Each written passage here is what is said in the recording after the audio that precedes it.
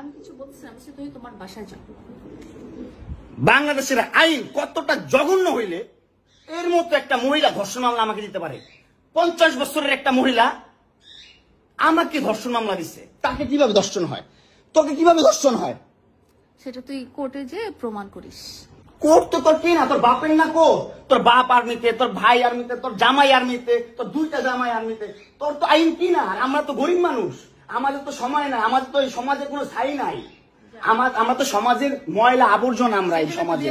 আর তোরা হচ্ছিস সমাজের অনেক উচ্চমানের মানুষ, অনেক ক্ষমতাবান মানুষ, এই জন্যই নাকে দড়িটা ঘুরাইতেছিস আমাকে, তুই বুঝছিস? হ্যাঁ, বিএমডব্লিউ নিয়ে যোগ্যতায় চালাই, তোর টাকা দিয়ে চালাই না, যোগ্যতা চালাই, কামাই করে চালাই। হ্যাঁ, বড়লোক হইতে পারবো না? কোথাও লেখা আছে গরিবরা বিএমডব্লিউ চাইতে পারবে না, গরিবরা বড়লোক হতে পারবে না? কোথাও লেখা আছে?